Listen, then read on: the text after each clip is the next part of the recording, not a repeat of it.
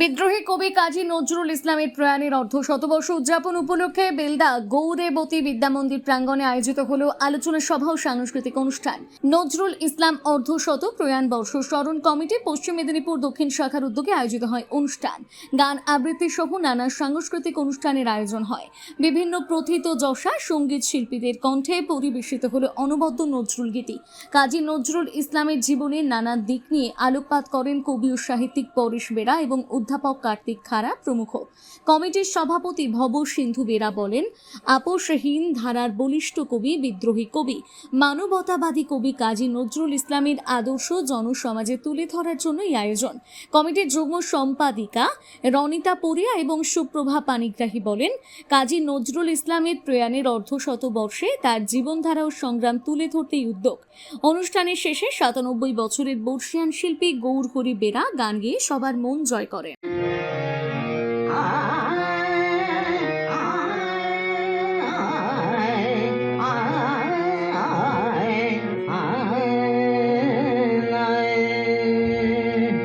তোমার প্রিয়া গেল বিদায় নেয়া অভিমানের রাতে, গোলাপ হয়ে কাঁদে তাহারি কামনায় উদাস প্রাতে, ফিরে যে আসিবে না বলো তাহারে।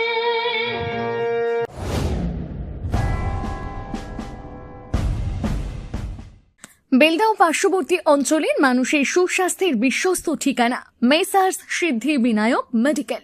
এখানে পাবেন উন্নত মানের সব ধরনের খুচরো অ্যালোপ্যাথিক ওষুধ। পাশাপাশি নির্দিষ্ট দিনে চেম্বার করছেন ভুবনেশ্বর থেকে আগত অভিজ্ঞ বিশেষজ্ঞ চিকিৎসকগণ।